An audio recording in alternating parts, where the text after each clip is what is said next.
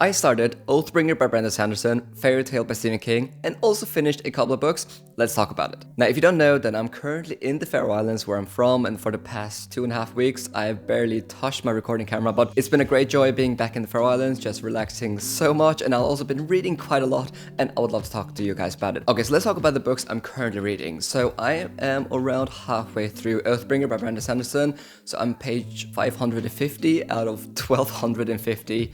I mean, this book is so ridiculously long. It feels like it just never ends.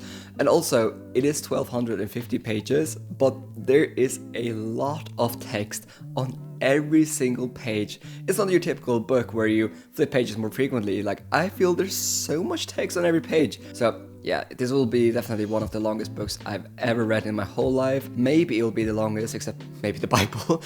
And yeah, but let's talk about my thoughts at the halfway point so far. So obviously, I'm a huge fan of Stormlight Archive. The Way of Kings is one of my favorite books of all time. Words of Radiance is even better in my opinion. It's definitely one of the best books I've ever read. So I've had a terrific experience reading both Way of Kings and Words of Radiance, and now I'm at the halfway point of Oathbringer, and I'll say this, at the moment I am really enjoying it. So let me emphasize, I am enjoying it a lot. The world building is S tier, the characters are brilliant, and probably my favorite thing of the whole book so far is Dalinar's flashbacks. And also, this will be totally spoiler free, so don't worry if you haven't read Oathbringer yet. And I've said it in other reviews for the other two books, but one of my favorite things about this whole series is the Spren. I mean, the Spren just adds a bit of comic relief, and they're just cute and adorable, and I just love Spren. It is just absolutely brilliant. And the world building, as I said, is just absolutely incredible. But now that I'm at the halfway point, it feels like this book reads slower than any of the other two Sanderson books so far. I'm not sure if that's only my experience, but I felt at times that the pacing is just a tad bit too slow. It can also be just the fact that I intentionally read this book over a very long period of time. I think I started it 3 weeks ago. I just really taken my time with it. I haven't pushed myself to read it as fast as possible, but at the halfway point, I read this book for 3 weeks and I'm on page 550. It can also just be the fact that I'm reading it slow, but it feels slow. So let me know if you have read this book, if you also felt like the Oathbringer was the slowest of them all, but I'm really excited for the second half. And let's talk about the characters just briefly, spoiler free. I think what is so impressive with every single Stormlight Archive book is that the flashbacks are so incredibly compelling. Truly, when I read Way of Kings, Kaladin was my favorite character,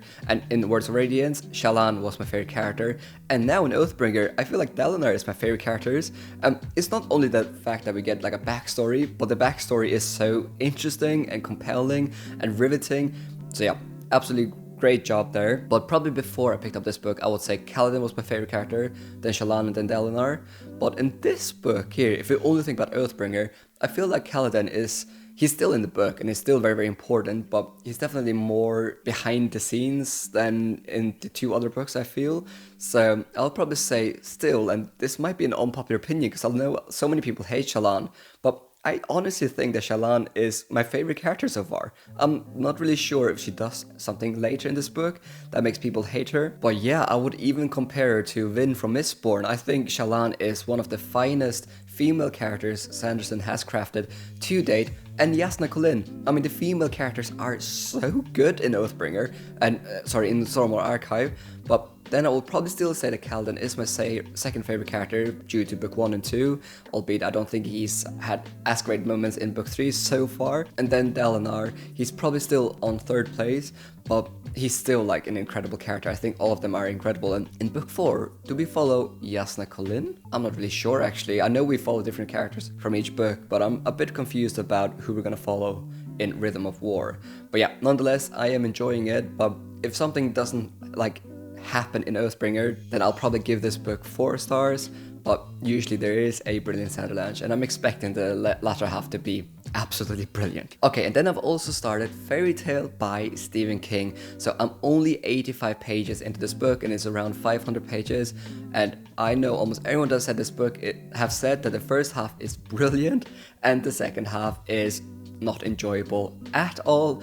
Some people even say that the second half is so bad that the whole book just got destroyed.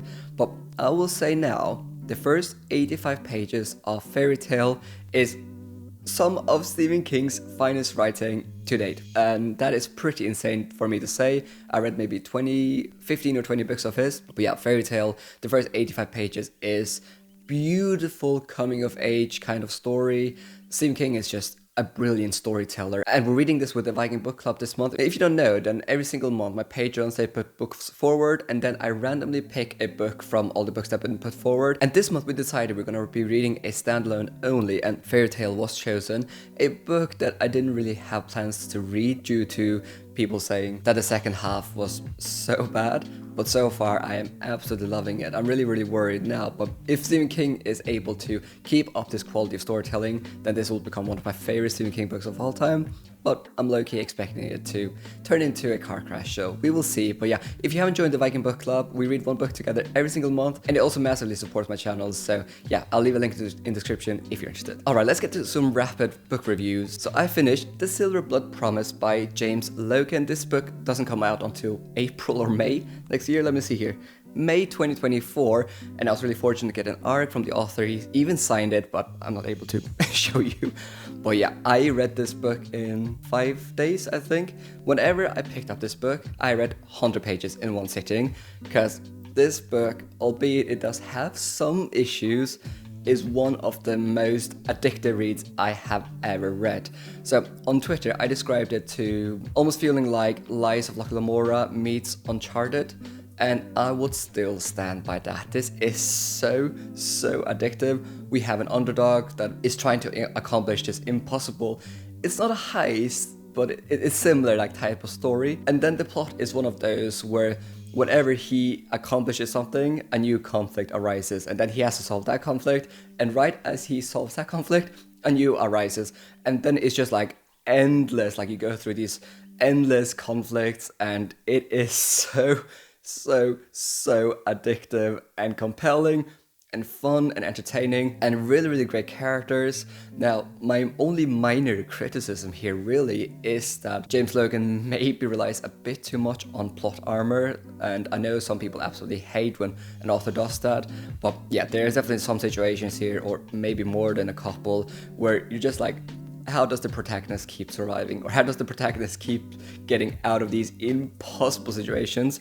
But if you're willing to just not think too overly critically about how the protagonist gets out of all these situations, then I really think that most of you will probably say that this is one of your favorite reads of 2024 when it comes out, because it is just that good. So yeah, Uncharted, Indiana Jones, Lies of Loch and also James Logan. This is his debut. He must have written something else, because the prose is really good. The pacing is spot on, and there will be at least 2 other books in the series, so I absolutely can't wait. So refreshing, and there is at least 1 special edition confirmed. I think there'll be more than 1 next year. I know that Bergen Binding kind of confirmed it on Twitter, so this is definitely a book to look out for. And also this cover art is incredible. So yeah, this will maybe be my favorite debut of 2024. I would highly recommend it. And then just briefly, I read The Relic of the Gods by Philip C. Quaintrell, which is book 3 in the Echo Saga. And this series is kind of split into 3 trilogies.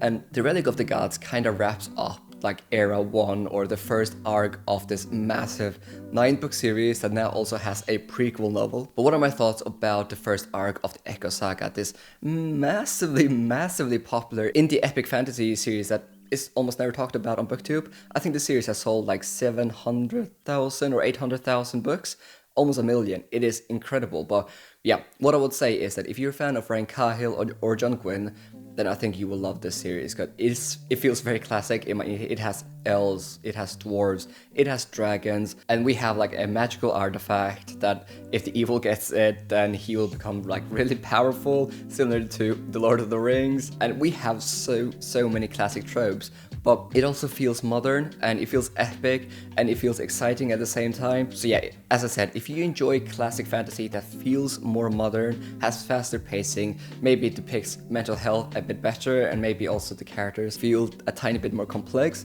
and it also does feel fresh at times. It's not like it's a total copycat of all the classic tropes we love, but it definitely does feel classic, but also modern, and I've had a great time with these. Whenever I picked a book up in this series, I read them really quickly, because the pacing is just ruthless and the scale is epic, and it's just a great time. So yeah, I would highly recommend this series. Also, the cover art is incredible, and I'm hoping to finish the second arc in 2024, or potentially all 6 books, because all the books are not short, but they're around 500 pages, so you can definitely get through this series relatively quickly, considering it's a 9-book series. But yeah, those are all the books I'm reading or have read. Susanna, she's currently reading Name of the Wind, which I still haven't read, but she's only 100 pages into it, and she is really enjoying it. So yeah, next time you'll see me, I'll probably be back in England.